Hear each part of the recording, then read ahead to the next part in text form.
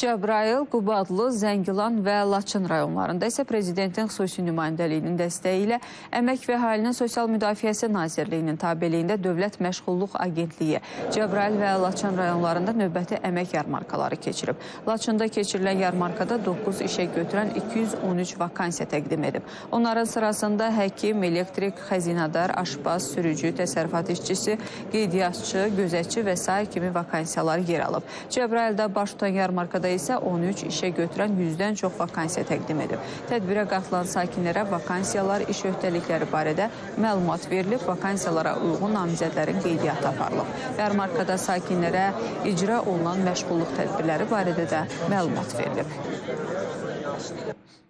Deməli, 13 il mən Cəbrayıl rayonunda şəhərində işləmişəm. Şəhərdə işləmişəm. Burada biz qaçqın köçkün düşəndən sonra, məcbur köçkün olandan sonra Bakıda Milli Onkologiya Mərkəzində işləmişəm. Gəlmişəm əmək yarmarkasına. Burada elə bir ki, özümə uyğun tip üzrə bir dənə iş ilə məşğul olum. Bugün əmək yarmarkasına gəlmişəm. Bağban işi istəyirəm. Müraciət edirik, yağın ki, inşallah bizi bu işinə təmin edəyəlim. Mənim özüm üçün ən önəmli olan və mənim üçün məqsədə uyğun olan belə bir layihə ilə rastlaşdım burada. Laçın İstirahət Mərkəzi otelçiliklə bağlı. Burada koordinator, menecer pozisiyaları var.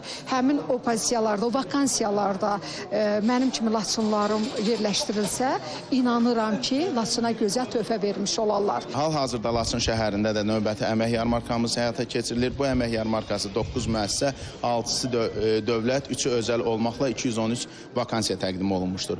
Məlumat üçün onu da bildirim ki, minimum əmək haqqı 450, maksimum əmək haqqı 2000 manat olmaqla vakansiyalarımız vətəndaşlara təqdim edilmişdir.